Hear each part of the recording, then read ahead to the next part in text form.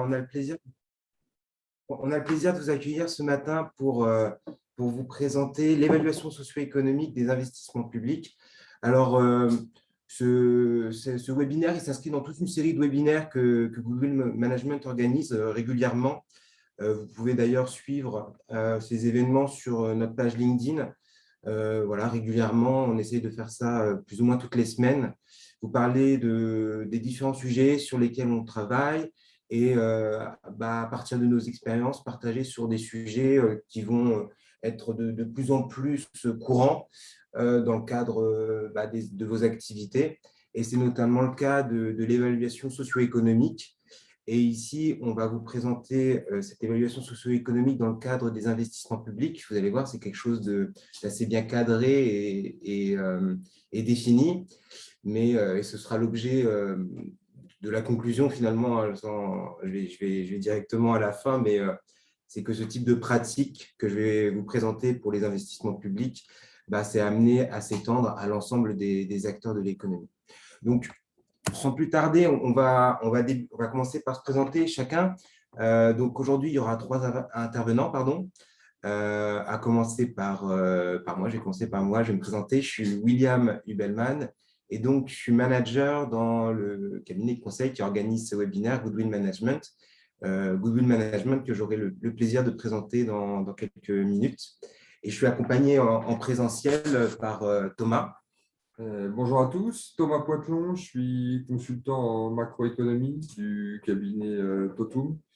Voilà, et on travaille très régulièrement en collaboration avec William et encore plus avec Goodwill Management, et notamment pour les évaluations socio-économiques. Voilà. Et aujourd'hui, je ne sais pas s'il est arrivé, on a également la chance d'avoir l'intervention de Rénal Lafontaine, qui travaille au ministère de la Justice. Et donc, c'est un client avec lequel on a travaillé sur l'évaluation socio-économique. Et il nous a fait le plaisir d'accepter d'intervenir pour présenter les enjeux de ce type d'évaluation et d'outils pour un acteur comme le ministère de la Justice. Donc, ce webinaire, là, cette heure, on va la passer de la manière suivante. On va commencer rapidement par vous représenter nos sociétés Goodwill et Totum et comment finalement l'alliance de nos expertises et de nos compétences nous ont permis de constituer une offre sur l'évaluation socio-économique et quelles sont les compétences finalement utiles pour faire une évaluation socio-économique. Puis on rentrera dans le vif du sujet avec une deuxième partie où je vais vous présenter en bref, les grands principes de l'évaluation socio-économique, comment, pourquoi, comment et quels résultats. Du coup, ensuite, on aura le témoignage du ministère de la Justice, de Rénal, pour nous présenter, si on se place du point de vue de l'acteur public, notamment, quel est le rôle de cette évaluation socio-économique, pourquoi c'est intéressant pour un acteur comme le ministère de la Justice de mener ce type d'exercice. Et du coup, l'évaluation socio-économique, dans une quatrième partie, on va l'illustrer avec un cas concret, justement un cas en relation avec le ministère de la Justice sur un projet de réhabilitation d'un palais de justice.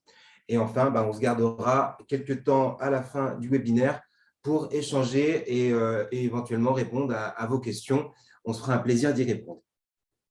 Très rapidement, Goodwill Management, c'est le cabinet dans lequel je travaille, je suis manager chez Goodwill Management.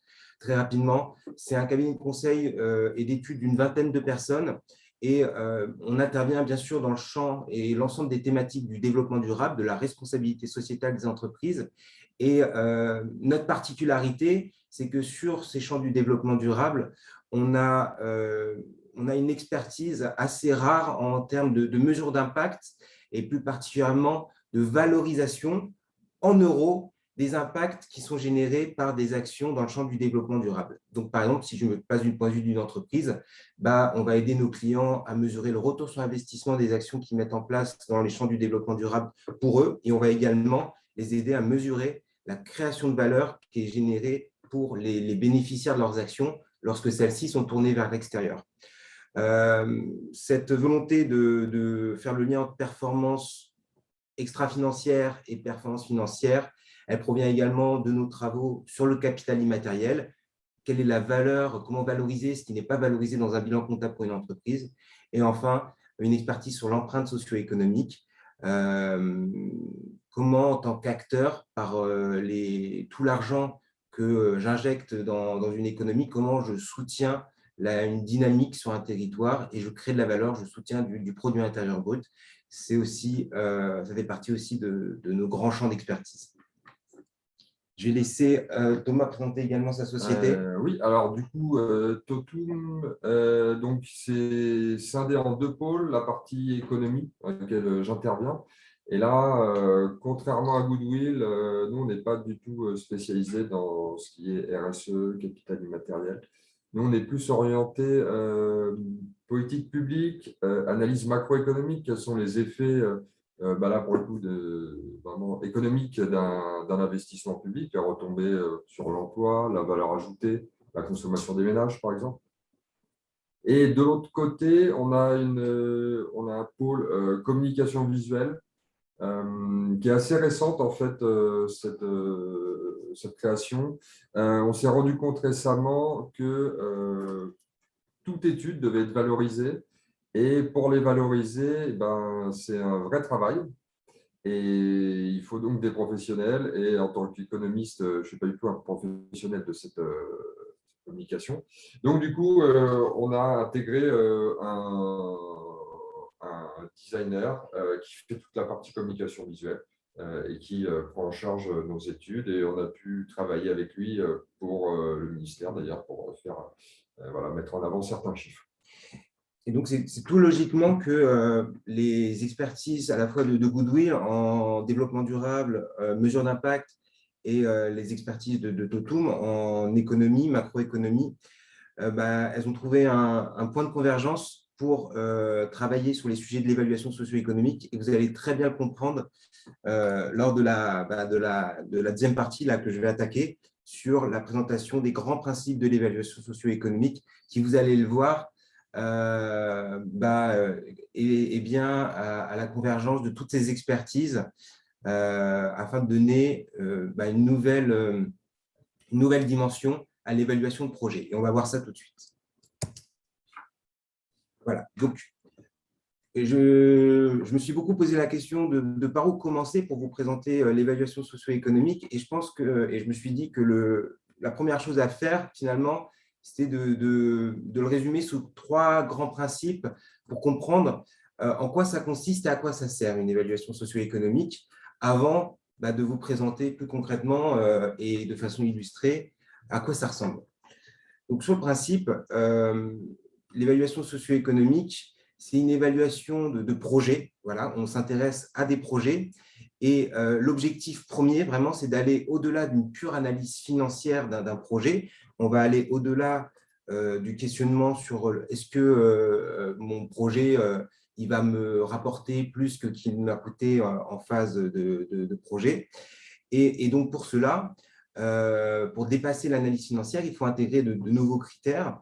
Et ça rentre très bien en écho avec les problématiques de développement durable, de prendre en compte également des impacts sociaux, environnementaux, économiques au sens large, macroéconomique, pour la société. Donc, dépasser le simple champ, finalement, de la rentabilité financière pour l'acteur qui est à la tête du projet, pour intégrer tous ces critères qui, on le sait, sont indissociables du développement durable. Et on rentre bien là dans la logique du développement durable, de concilier toutes ces dimensions pour agir sur le long terme et aller dans un projet souhaitable pour la société. Pourquoi une telle évaluation? Pourquoi prendre en compte toutes ces dimensions? Eh bien, c'est avant tout pour traduire le fait qu'un projet, si c'est intéressant qu'il soit rentable financièrement pour celui qui le met en place, il faut également qu'il soit utile pour la collectivité. Et de ce fait, on doit se munir d'outils, de guides à la décision pour diriger nos investissements dans des projets vers des projets à haute valeur ajoutée sociétale, des projets créateurs de valeur au sens le plus large du terme.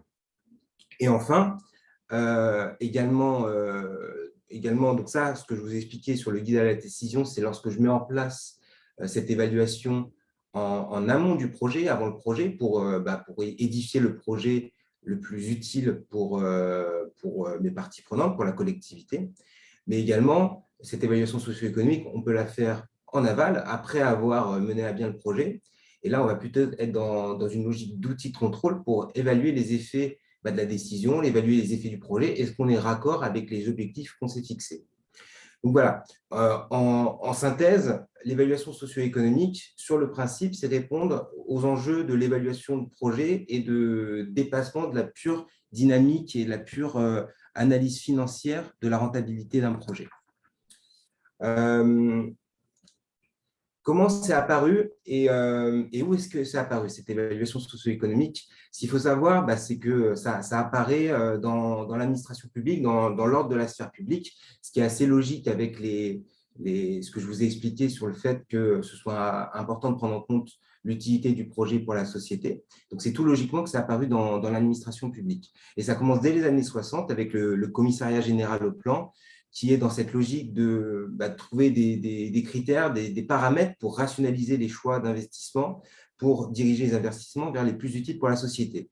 Et donc, c'est à partir de ces années-là qu'en France se développe, on va dire, de manière significative, ce qu'on appelle le calcul économique qui va s'outiller et qui va se traduire dans les faits par cette évaluation socio-économique.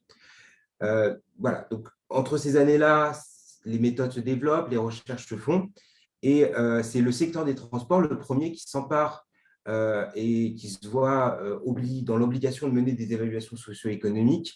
Ça se comprend, étant donné l'ampleur de ces projets, hein, c'est le secteur des transports, en particulier les grands axes, les transports en commun, c'est des investissements très structurants du point de vue socio-économique. Et c'est pour cela que c'est dans ces domaines-là que cette évaluation socio-économique émerge en premier. Ce qu'on se rend compte, c'est qu'au-delà de l'objectif de mener des évaluations socio-économiques, ce qui manque alors à l'époque, c'est un cadre méthodologique. Et on va voir, c'est une problématique qui va finalement toujours un peu revenir et vers laquelle on va toujours essayer de travailler. Et c'est en 1994, avec le rapport Boiteux, voilà, dans cet univers du calcul économique, c'est un rapport très important, qu'on définit pour la première fois des méthodologies et une ligne directrice pour faire de l'évaluation socio-économique dans les projets de transport. Et à partir de ces années-là, ça devient de plus en plus courant de mener des évaluations socio-économiques dans le cadre des projets de transport. Et on se rend compte qu'on a besoin d'être outillé, comme je disais.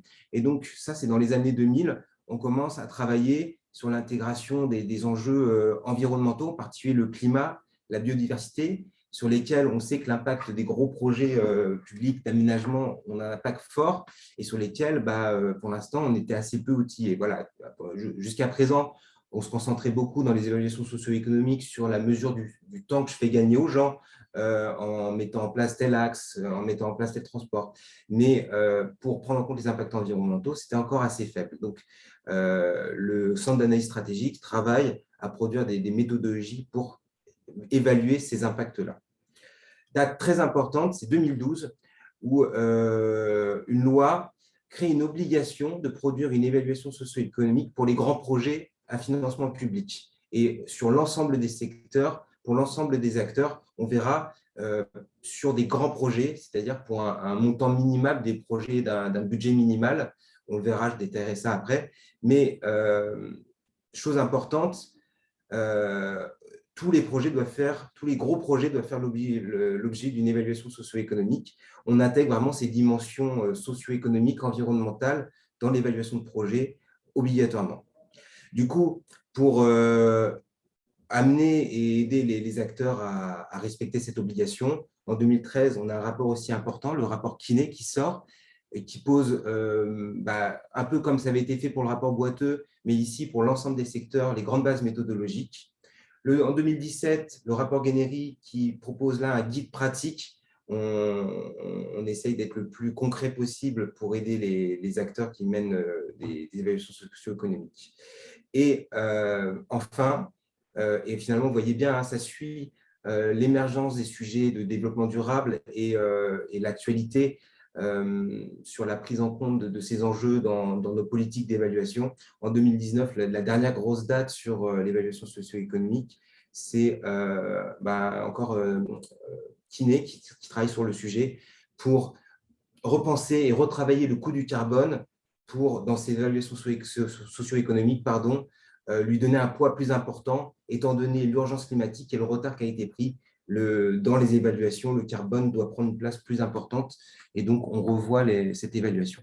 Donc, vous voyez, on est sur 50, 70 années d'évaluation socio-économique qui est devenue une tradition française et qui s'est développée pour être de plus en plus opérationnelle et systématique dans les projets. Maintenant que je vous ai présenté cette évolution de l'évaluation socio-économique, comment on mène ça? Donc, ça va se traduire par déjà des grands principes qu'il faut avoir en tête pour comprendre ce que c'est une évaluation socio-économique. Pour faire très simple, c'est une analyse coût-bénéfice, c'est un bilan des bénéfices et des coûts monétarisé, actualisé d'un projet calculé par différence avec un scénario de référence. Donc là, j'ai mis en bleu les mots un peu obscurs et on va prendre le temps de les définir parce que c'est des notions, mine de rien, très importantes qu'il faut avoir en tête lorsqu'on souhaite mener une évaluation socio-économique. Mais la première chose à comprendre, et vous le voyez bien, c'est la balance. On est avant tout sur un bilan des bénéfices et des coûts, quels qu'ils soient, quelle que soit leur dimension, quelle que soit leur nature. Vous voyez, par exemple, pour des coûts, on aura des coûts en monnaie sonnante et trébuchante, les finances publiques, mais également des coûts environnementaux, par exemple, les dégâts que le projet va faire sur l'environnement, et également, par exemple, des nuisances qui vont être provoquées par le chantier. C'est des exemples. Au niveau des bénéfices, pareil, on est assez large dans les thématiques. On va prendre en compte, on va valoriser la satisfaction, par exemple, des futurs usagers. Super, j'ai un projet, il m'apporte une utilité, il satisfait des besoins, c'est positif. On peut également travailler sur la diminution des risques d'accident. Il y a une probabilité qu'il y ait moins de risques en termes de santé, sécurité, par exemple, grâce à mon projet, et donc ça va se traduire par des coûts futurs évités. Et également, ne serait-ce que sur le fonctionnement, on peut aller sur des bâtiments plus responsables, plus économiques, et donc réaliser des dépenses. Donc voilà, des coûts, des bénéfices. Les trois notions, je voulais m'attarder dessus parce qu'elles sont importantes quand même lorsqu'on parle d'évaluation socio-économique. Donc, c'est les trois suivantes. Ce bilan des bénéfices et des coûts, il est monétarisé. Ça veut dire que vous avez vu, on est sur des items très variés, qui peuvent être sociaux, environnementaux, économiques. L'idée, c'est qu'à la fin, tous ces coûts, tous ces bénéfices soient exprimés dans une seule unité qui est l'euro. Et donc, ça se traduit par l'action de monétarisation, c'est-à-dire de mettre des euros derrière des choses qui ne sont pas valorisées sur le marché, qui ne sont pas directement exprimées en coûts. Et ça fait appel à des modèles de calcul ou des valeurs qu'on va apposer sur ces impacts, sur ces coûts, sur ces bénéfices. On va donner quelques exemples dans la suite de la présentation de comment se passe cette monétarisation. Deuxième concept important, c'est l'actualisation. Donc, on est sur l'évaluation de projets et les projets, c'est des choses qui coulent sur 30, 40, 50 ans. Et il faut bien prendre en compte le fait que 1 euro que je dépense ou que je gagne aujourd'hui, je ne vais pas, humainement, je vais pas lui accorder la même valeur que si je le gagne ou si je le perds demain. L'humain, nous, on a une préférence pour le présent, on a une aversion par rapport à l'incertitude qui représente le futur. Et du coup, tous les euros que je perds ou que je gagne demain, que je gagne aujourd'hui, ils vont être plus importants. Et donc, pour cela, dans un bilan, on va actualiser les coûts et les bénéfices pour que ce qui est fait aujourd'hui pèse plus lourd dans le bilan que ce qui sera obtenu demain, étant donné le risque qu'il existe. Et enfin, la dernière notion importante lorsqu'on veut mener une évaluation socio-économique, c'est la notion de scénario de référence. C'est qu'on n'évalue pas un projet dans l'absolu.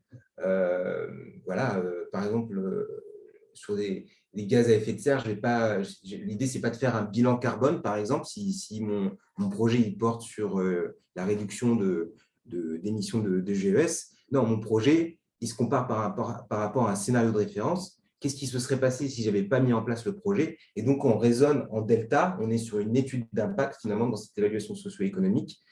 Et les impacts, les coûts, les bénéfices, ils vont être mesurés en comparaison par rapport à ce scénario de référence qui est celui qui se serait produit si je n'avais pas mis en place le projet. Voilà. Ces trois notions, elles sont très importantes car elles vont vraiment guider tout le travail de l'évaluation socio-économique.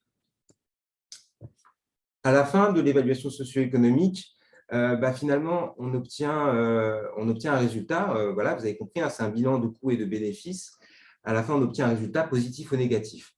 Et donc, on va croiser finalement, en termes d'outils de la décision, on va croiser l'évaluation socio-économique à gauche et l'analyse financière, purement financière du projet, afin de se donner une idée sur le projet, sur le fait, oui ou non, est-ce qu'il faut y aller ou est-ce qu'il faut mettre un point d'attention. Et donc, voilà, on a une matrice assez classique, assez simple à comprendre, mais effectivement, si j'ai un projet positif du point de vue de son évaluation socio-économique, qui crée de la valeur pour la société, pour faire simple, et qui est positif du point de vue financier, le projet est carrément souhaitable. À l'inverse, si mon projet il détruit de la valeur au niveau de l'évaluation socio-économique et en plus il n'est pas rentable financièrement, là, on ne va pas y aller. Et après, on a des zones de dilemme en bas à gauche et en haut à droite, où en fonction de l'un ou d'autre des critères, des fois on va être sur des projets très intéressants du point de vue financier, mais qui peuvent détruire de la valeur pour la société, ou vice-versa. Et dans ces cas-là, ce qu'on va préconiser, c'est de toucher aux paramètres du projet, de revoir le projet, afin de tendre vers un projet souhaitable sur tous les points de vue. L'évaluation socio-économique, aujourd'hui, et je l'ai dit, elle va principalement, on va dire d'un point de vue stricto sensu évaluation socio-économique, elle va principalement intéresser l'État, ses établissements publics. En effet, comme j'ai pu le dire, l'évaluation socio-économique, elle fait aujourd'hui l'objet d'une obligation. Tout projet supérieur à 20 millions d'euros doit faire l'objet d'une évaluation socio-économique, suivre le process que j'ai expliqué précédemment. Et d'ailleurs, les projets supérieurs à 100 millions d'euros, ils vont faire l'objet d'une contre-expertise. On va vérifier que l'évaluation socio-économique, elle a bien été menée. Aujourd'hui, donc, contrairement à avant où ça se concentrait sur les transports, l'État, ces établissements publics font l'objet de cette évaluation, et quel que soit le secteur finalement. Voilà. Ce qu'il faut aussi comprendre, c'est que cette pratique, elle a encore amené à s'étendre. Alors, il n'y a pas beaucoup de statistiques. J'ai retrouvé une statistique de 2016, donc c'est un peu vieux, mais à l'époque, 40% des projets qui étaient inventoriés avaient fait l'objet d'une évaluation socio-économique. Donc, on est loin d'un taux de complétude satisfaisant. Ça a dû augmenter depuis, mais on n'est pas, voilà, c'est encore quelque chose, je pense, qui n'est pas systématique. Et en tout cas, les acteurs publics travaillent avec l'obligation soit bien respectée.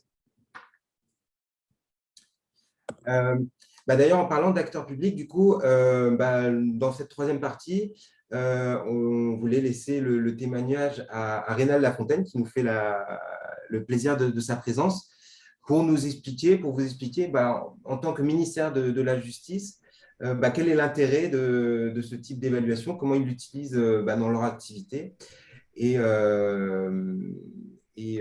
pour vous donner une idée plus concrète et plus illustrée de ce que c'est une évaluation socio-économique pour un acteur public. Voilà. Rénal, je vais vous laisser vous présenter et aborder ce sujet-là. D'accord. Merci William, merci Thomas. J'espère que vous m'entendez bien, je me présente. Je m'appelle Rénal Lafontaine, donc comme l'indique la jolie slide, je suis attaché d'administration au ministère de la Justice, mais plutôt je suis chargé de mission achat au sein du service de l'immobilier ministériel, donc au ministère de la Justice. Donc chargé de mission achat, ça implique également que je suis en charge de la coordination des ESE, donc les évaluations socio-économiques. Pour nous, c'est important pour plusieurs sujets, en fait. Nous, déjà, je vais présenter rapidement le CIM. On coordonne l'immobilier du ministère de la Justice hors pénitentiaire. Ça veut dire que, par exemple, nous ne sommes pas en charge de la construction des prisons, mais de la rénovation des palais de justice, de la construction des nouveaux palais de justice, ou même de petits bâtiments. En pratique, pour nous, les ESE, elles concernent surtout vraiment ce qu'on appelle nos grands projets. Donc, comme on le disait, supérieur à 20 millions d'euros, mais donc pour nous qui sont délégués à la PIGE. La PIGE, donc l'Agence pour l'immobilier de la justice, c'est en gros une sorte d'opérateur. Mais principalement, à quoi ça nous sert les ESE? Déjà, il faut comprendre que les ESE, c'est uniquement pour nos plus gros projets. Donc, ça veut dire que pour nous, ça donne des possibilités d'amélioration. On ne peut pas se mettre en place ce genre de rapport automatiquement sur des petits projets, par exemple une réfection de façade. Mais pour nous, la première chose, déjà, les ESE, c'est une obligation réglementaire. Donc, c'est quelque chose que nous demande le SGPI, le Secrétariat général pour l'investissement, tous les ans. On a un inventaire. Donc, ça veut dire qu'on doit avoir fait une ESE ou donc prouver qu'on n'en a pas besoin. Par exemple, ce n'est qu'une réhabilitation, ce n'est pas une construction neuve. Mais surtout, c'est également un outil d'aide à la décision. Une chose qui est importante, c'est que dans les ESE, il y a un grand nombre de données qui sont créées, qui sont fournies et qui sont mises en relation, également dans le programme. Mais par exemple, ce qui est intéressant, c'est que chaque projet public a un coût d'opportunité. Pour chaque choix qui est fait, nous devons justifier ce choix par rapport à un autre. Or, par exemple, également, ce coût d'opportunité, il ne faut pas oublier qu'il y a l'un des facteurs utilisés dans les ESE, c'est que le fait que l'État est considéré comme moins efficace. Donc, il faut justifier que cet investissement aurait été plus efficace ou au moins aussi efficace que le secteur privé. D'où vient l'ESE? Pour nous, ce qui est intéressant, c'est également l'ESE, elle est faite à partir d'un certain moment dans le projet. C'est-à-dire que le programme est suffisamment finalisé, mais il y a toujours des écarts. Donc, ça permet de faire des comparaisons entre ce qui est prévu entre les différents effets et les effets finaux. On va être honnête, parfois c'est positif, parfois c'est négatif. Il y a parfois des modifications. L'ESE était trop optimiste, mais parfois on a des bonnes surprises aussi. Ça veut dire qu'on a réussi à dépasser même via des innovations ce qui a été prévu dans l'ESE. Également, c'est un outil de pilotage, les ESE. Ça veut dire qu'il y a des comparaisons qui sont faites entre les différentes ESE et entre les différents projets, notamment pour donner une vision globale, que ce soit au niveau des partenaires locaux, mais également ça peut être également au niveau de procédures. Je vais expliquer notamment pour les procédures. On a notamment sur beaucoup de projets ce qu'on appelle des études d'impact, qui incluent une évaluation environnementale. Mais en gros, ça veut dire principalement l'impact du projet sur l'environnement local. Donc, principalement, c'est une évaluation environnementale, mais pas que. Or, l'ESE est souvent utilisé pour illustrer ce document. Donc, ça veut dire que pour nous, c'est déjà un outil de l'évaluation socio-économique pour répondre aux demandes locales. Mais également, ça sert également à présenter le projet. Parce que tous ces projets sont politiques. Ça veut dire que nous ne sommes pas toujours en mesure de montrer tous les documents, mais l'étude socio-économique est un document public. Donc, ça veut dire que ça permet de présenter, donc ça peut être présenté au conseil régional, aux préfectures, aux maires locaux ou à tous les groupes d'intérêt qui vont s'y opposer. Enfin, une chose qui est très importante, ça nous permet de faire des ratios. Ça permet d'avoir des ratios de coûts, des ratios environnementaux, par exemple, notamment que ce soit sur la consommation énergétique des bâtiments avec les nouvelles technologies, mais également sur l'effet de serre, la pollution, la construction. Parce qu'en pratique, ces documents sont référencés. Donc, ça veut dire qu'ils n'ont pas besoin ils sont directement utilisables. Ils n'ont pas besoin d'autorisation pour être montrés. Ensuite, et le plus important, ce qu'on essaye de mettre en place avec les ESE, c'est un principe d'amélioration continue. Les ESE, il faut comprendre que pour nous, c'est relativement récent. Ça veut dire qu'il y a quelques années qu'on met en place des ESE, mais ça veut dire donc qu'on essaye d'améliorer d'une ESE à l'autre. Il y a une prise en compte de plus en plus importante de facteurs environnementaux et même de facteurs innovants. Par exemple, une chose qui est prise en compte de plus en plus, c'est le coût environnemental de la construction. C'est-à-dire qu'on ne prend plus uniquement en compte la pollution du palais de justice, mais on va même prendre en compte, au sein de l'évaluation socio-économique, le coût de la construction sur sa durée. On va dire, pas le coût environnemental, les perturbations. Donc, ça veut dire que pour nous, ça peut également permettre d'évaluer certaines pratiques qui sont plus ou moins agréables pour, on va dire, ce qu'on appelle les stakeholders. Parce qu'en pratique, sinon, ce que nous regardons principalement, c'est l'intérêt financier. À l'origine, ce qui était regardé principalement sur ces pratiques, c'était l'intérêt financier, donc budgétaire, mais également le dérangement des utilisateurs.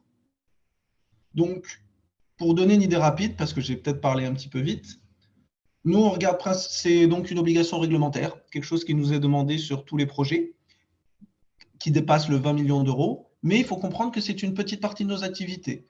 Par exemple, sur les ESE, on en a eu, en 2019 et 2020, nous avons commandé 6 études socio-économiques pour des gros projets.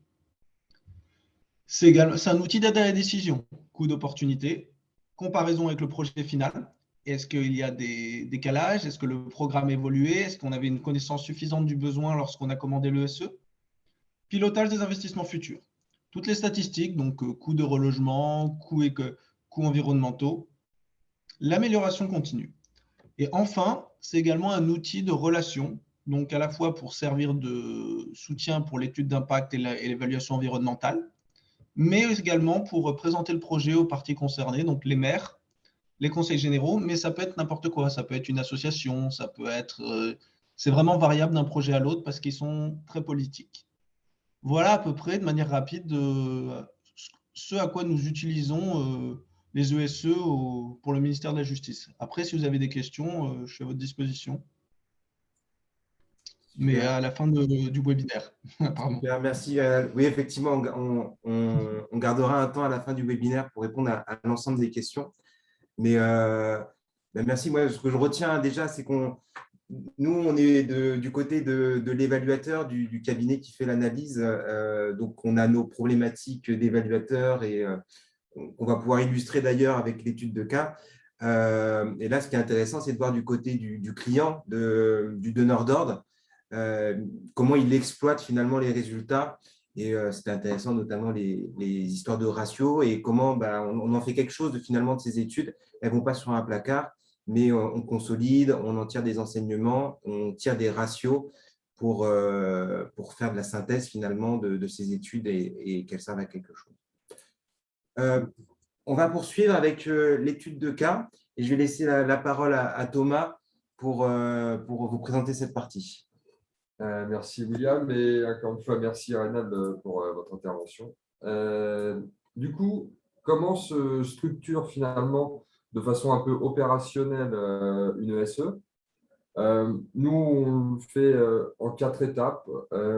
Compréhension du contexte et du projet, parce que sans cette étape, il est fort probable que vous alliez dans le mur, notamment pour l'identification des impacts qui vient juste après. Car si vous n'avez pas bien compris le contexte dans lequel le projet va s'inscrire, vos impacts peuvent être totalement différents. Et ces impacts qui vont être listés vont permettre, in fine, le bilan socio-économique. Donc, la compréhension du contexte est vraiment le socle de l'évaluation. Une fois qu'on a bien compris les enjeux, qui peuvent être nombreux, hein, politiques, géographiques, économiques, même sociaux, il faut pouvoir les mettre en valeur. Et c'est là où intervient l'identification des impacts. On va donc les lister.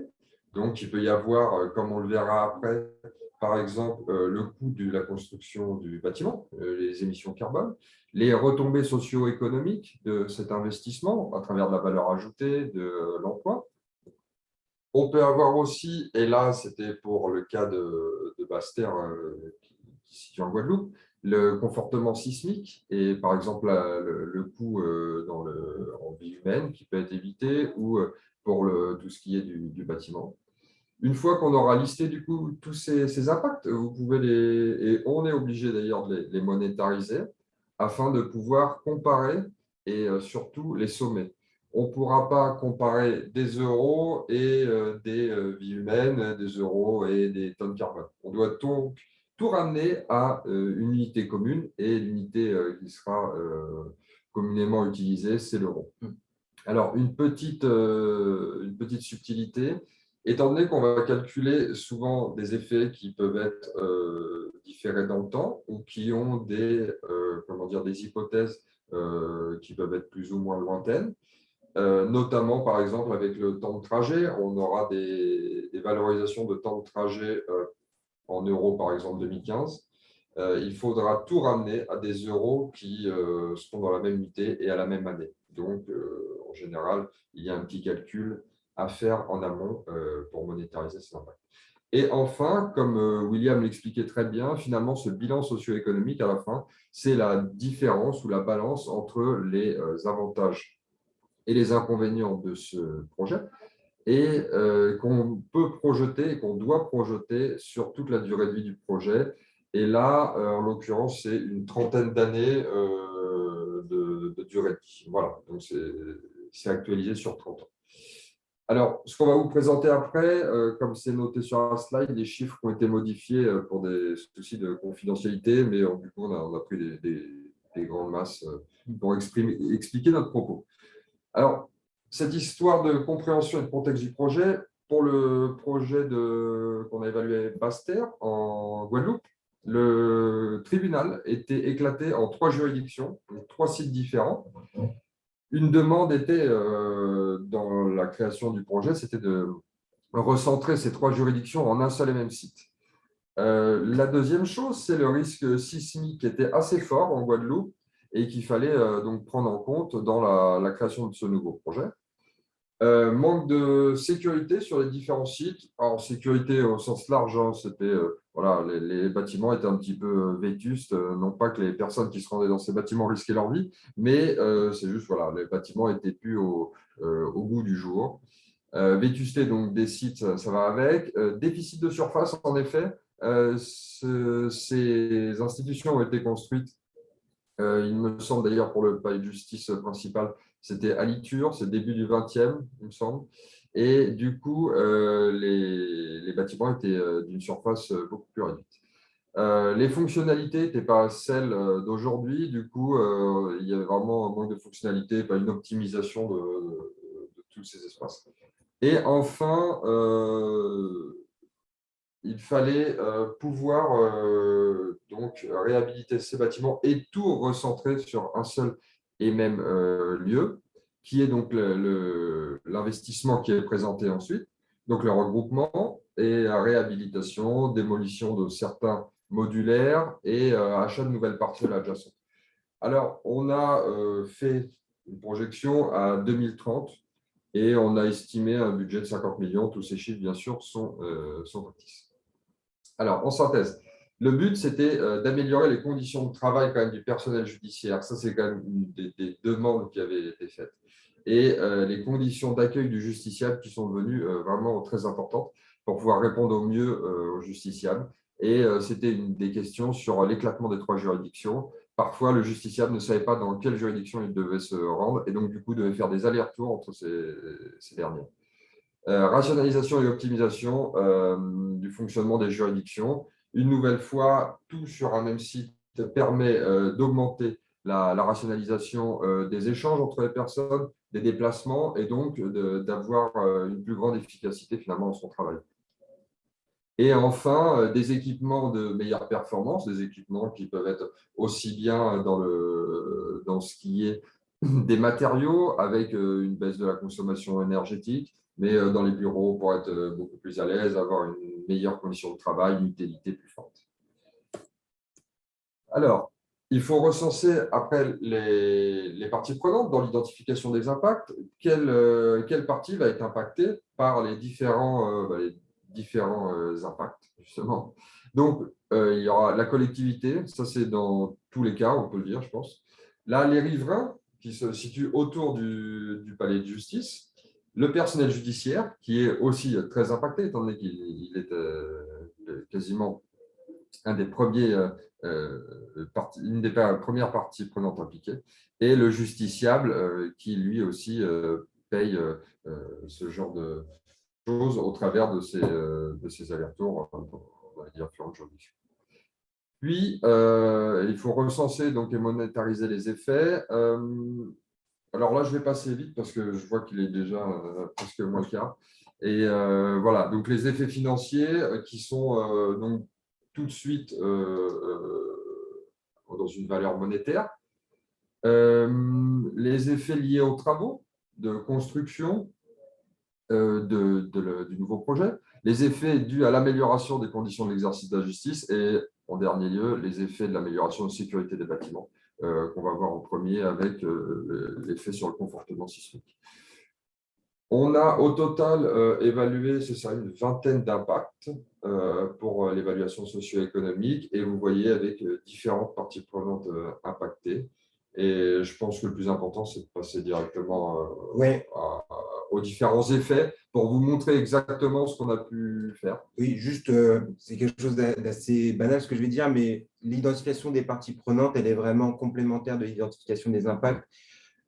Travailler par partie prenante, ça permet de se poser les bonnes questions et de ne pas avoir de trous dans la raquette au niveau des impacts d'un projet. Voilà. Et donc, à la fin, on arrive avec une liste assez longue d'impacts. Merci, William. Alors, du coup, le premier qu'on a pris, c'est l'effet du confortement sismique et sur les risques humains, parce qu'il est vrai qu'on est jonction de plaques tectoniques en Guadeloupe. Et donc, les effets sismiques, les tremblements de terre sont une réalité. Alors, qu'est-ce qu'on s'est dit? En fait, c'est un calcul probabiliste qu'on a réalisé. Donc, toutes les hypothèses sont en effet discutables, ça c'est certain. Néanmoins, toutes les sources qu'on utilise à chaque fois sont des sources qui sont sûres et vérifiées. Qu'est-ce qu'on fait? On prend la probabilité d'occurrence d'un séisme qui est estimée à 0,2 en Guadeloupe, et ça c'est pour une magnitude assez forte, 7,5, 8.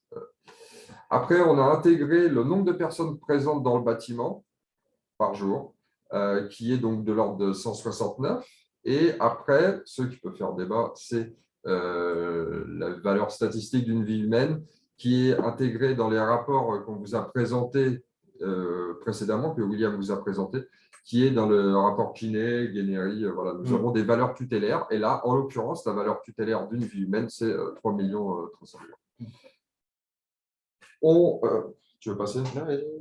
Non, je voulais faire un petit. Du coup, on arrive à la fin à un coût évité qui est de l'ordre de 260 000 € par an, actualisé sur la durée par an, qu'on actualise donc sur toute la durée de vie du projet qui est de 30 ans, et on arrive à une somme actualisée de 4 millions. On estime donc, par ce calcul, que le coût des travaux est une chose, mais à la fin, on pourra considérer qu'on a eu un bénéfice actualisé, donc un bénéfice sur toute la durée des travaux, de 4 millions concernant la vie humaine. Le deuxième impact qu'on a pu prendre en compte, c'est le coût lié aux émissions carbone. En effet, quand on construit un bâtiment, dans sa réhabilitation, la phase de construction est très émettrice en CO2. Et il me semble que c'est environ 60% de les émissions totales de la durée de vie du bâtiment. Qu'est-ce qu'on fait là? Et d'ailleurs, on fait ces émissions qui sont produites, c'est pour ensuite avoir un bâtiment qui va émettre moins d'émissions carbone. Finalement, c'est une balance. On va émettre un peu plus et on émettra beaucoup moins lors de la durée de vie du bâtiment. Et c'est là qu'intervient du coup cet impact.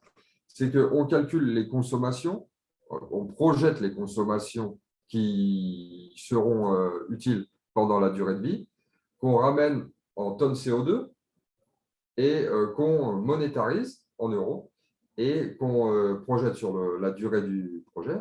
Et on regarde la différence, comme ce que vous disiez, William, la différence entre ce qui potentiellement va se passer. Alors, encore une fois, hein, toutes ces projections sont des éventualités bornées par des hypothèses, discutables ou non, mais qui seront toujours, dans l'ordre de l'acceptation scientifique.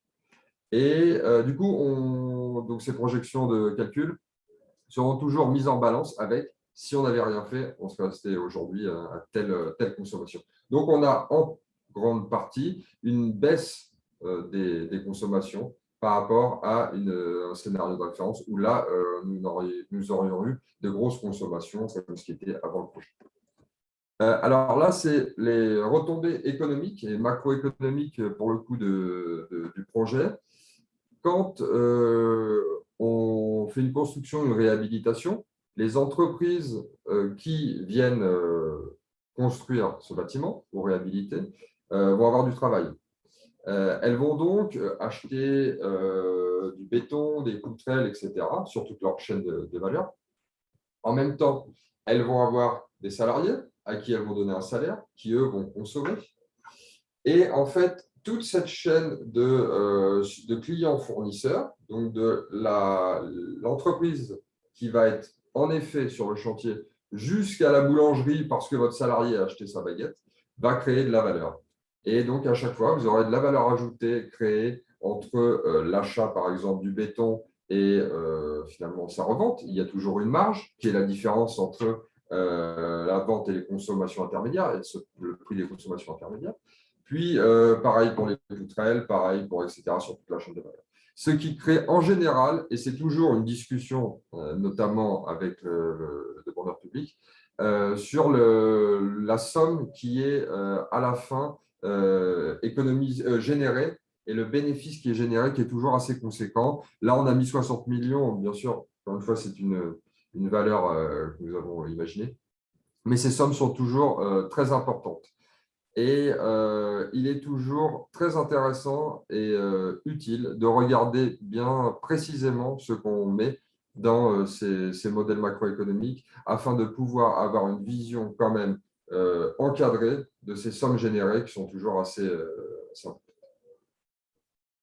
Alors, une fois qu'on a listé, monétarisé tous ces impacts, on en fait le bilan. Qu'est-ce qu'on fait? On fait une addition, une soustraction. Ce n'est pas plus compliqué que ça. On somme tous les coûts, on somme tous les bénéfices et on fait la différence. Là, en l'occurrence, le bilan du projet est positif avec environ 11 millions de bénéfices. On peut donc considérer, si on revient à ce que William disait tout à l'heure, que le projet est rentable, non pas d'un point de vue financier, car ce n'est pas le travail, mais il est rentable pour la collectivité. On considère qu'il va générer des bénéfices pour la collectivité. Alors, je vais m'arrêter là parce que il nous reste 10 minutes. Une dizaine de minutes. Effectivement, on va prendre les questions. Là, je vois dans les notifications au niveau des questions. Juste, voilà, en 3 grands mots, ce qu'il faut se rappeler de ce travail, c'est qu'une évaluation socio-économique, c'est une évaluation multidimensionnelle d'un projet exprimé en euros. On va prendre en compte les impacts sociaux, environnementaux et économiques. Qu'aujourd'hui, il y a une obligation de mener ce type d'évaluation pour les acteurs publics, quel que soit leur secteur, pour des gros projets au-dessus de 20 millions d'euros. Et en ouverture, et c'est ce qui est intéressant également, c'est que pourquoi pas étendre ce type de pratique dans le privé, dans l'associatif, puisque finalement, et c'est ce qu'on voit avec l'investissement du privé dans la RSE, le développement durable, et tous les travaux qu'il y a aujourd'hui sur les raisons d'être, du même point de vue que le questionnement d'un acteur public aujourd'hui pour les entreprises, la rentabilité financière, c'est quelque chose d'essentiel, mais il y a aussi cette notion d'être une entreprise, par exemple, à impact positif, et donc cette notion d'évaluation socio-économique pour évaluer la création de valeur sociale, sociétale d'un projet, finalement, elle trouve tout son sens aujourd'hui également pour l'ensemble des acteurs de l'économie et pas que les acteurs publics. Donc, je vais regarder, je vais ouvrir les questions. Je ne sais pas, Émilie, si tu en avais vu des particulières.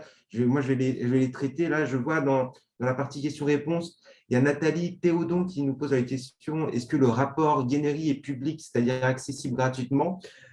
Tout à fait. Donc, comme je l'ai dit, c'est un guide pratique de l'évaluation socio-économique qui, on va dire, c'est un gros guide, mais il est quand même plus digeste que le rapport Kiné ou les autres rapports dont j'ai pu vous parler. Et donc, il suffit de taper guide de l'évaluation socio-économique Guénéry sur Google et c'est directement accessible, très facilement accessible. Et juste pour ajouter un petit truc, sur le site France Stratégie, ce site est très bien fait sur la partie évaluation socio-économique. Vous avez tous ces guides, d'ailleurs, je crois qu'ils sont répertoriés, et vous avez des focus thématiques de l'évaluation socio-économique avec c'était des tables rondes issues de réunions publiques et des focus opérationnels. Donc, vous pouvez retrouver tout ça, c'est vraiment très utile. Discussion. Je vais mettre le partage en pause, je vais arrêter le partage. Ensuite, les autres, donc cette question-réponse. Donc, dans le chat, ensuite, je vais remonter.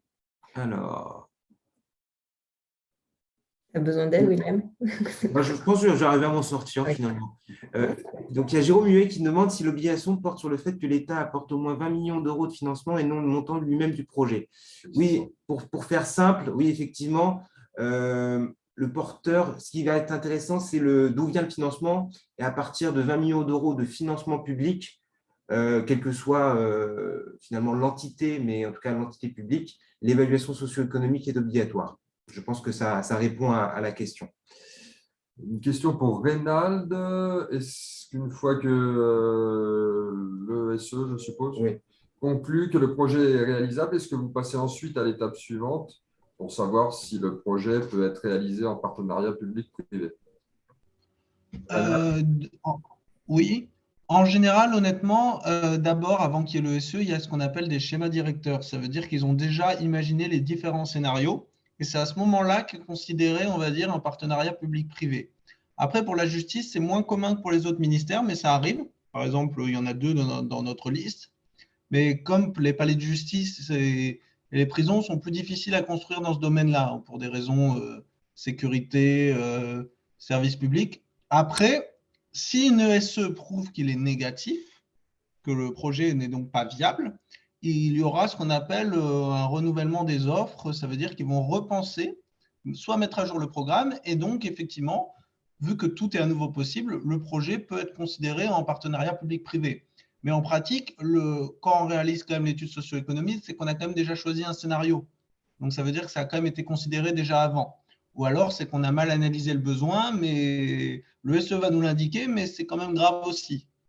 Mais donc, le partenariat public-privé n'est pas exclu, mais c'est un stade avant le SE, normalement, dans la procédure régulière, en fait, puisque il y a quand même la partie, le budget doit être prévu, les scénarios doivent être analysés, etc. Merci. Je... Rénal, il y a une autre question pour vous. Je pense que oui, c'est pour vous. Donc, effectivement, il y a Jérôme Huet qui rappelle l'aspect réglementaire de l'évaluation socio-économique et qu'effectivement, donc c'est une manière de prendre en compte les effets RSE, développement durable, sur un projet. Mais il y a aussi la question de l'insertion en amont lors des consultations, notamment pour la phase projet ou pour le choix des matériaux. Je prends un bâtiment, par exemple. Est-ce qu'il y a de l'insertion de critères développement durable dans les appels d'offres, dans les projets? Oui, et de plus en plus, en fait. Maintenant, on a ce qu'on appelle effectivement des clauses sociales et des clauses environnementales. Donc, par exemple, la clause sociale, ça va être, par exemple, faire appel à des publics en réinsertion. Mais on a également des clauses environnementales. C'est sur plusieurs sujets. Par exemple, on peut mettre en place des matériaux biosourcés ou des méthodes de recyclage et de gestion des déchets, ou même vraiment des clauses environnementales. Ça peut être sur vraiment tous les sujets de la construction, mais elles sont de plus en plus mises en place, de plus en plus mises en valeur, et ça devient de plus en plus un critère. C'est-à-dire que de base, on essaye dans tous nos marchés maintenant de mettre en place des clauses environnementales. Après, bien sûr, il y a également d'autres critères, mais ça en fait partie. C'est-à-dire que par exemple, quelqu'un, ce n'est pas toujours le meilleur prix qui gagnera, mais même par exemple, on met en place parfois des variantes qui peuvent être parfois plus chères, mais qui sont de manière environnementale supérieure, par exemple. Donc oui, c'est de plus en plus pris en compte. Ok. Il y a une question d'Abel Meadji qui demande, qui est une question assez récurrente, pourquoi toujours mettre des euros face à l'impact environnemental et social? Finalement, y a-t-il d'autres moyens de sensibiliser les entreprises et les dirigeants à changer de modèle économique actuel? Alors, c'est une très bonne question. C'est une question quasi théorique et philosophique qui est récurrente souvent en économie. Alors là, pour vous répondre, Abel, en fait, là, on ne tente pas ni de changer de modèle économique, ni une sensibilisation d'un point de vue ni économique, ni environnemental, ni social, mais on essaye d'évaluer, comment dire, de facto, avec des impacts qui pourraient être concrets, quel va être le projet, quel va être le coût de ce projet sur son environnement. Et alors, pourquoi mettre des euros? C'est pour pouvoir avoir une somme à la fin qui nous permet de dire oui ou non, est-ce que ce projet est bon pour la collectivité?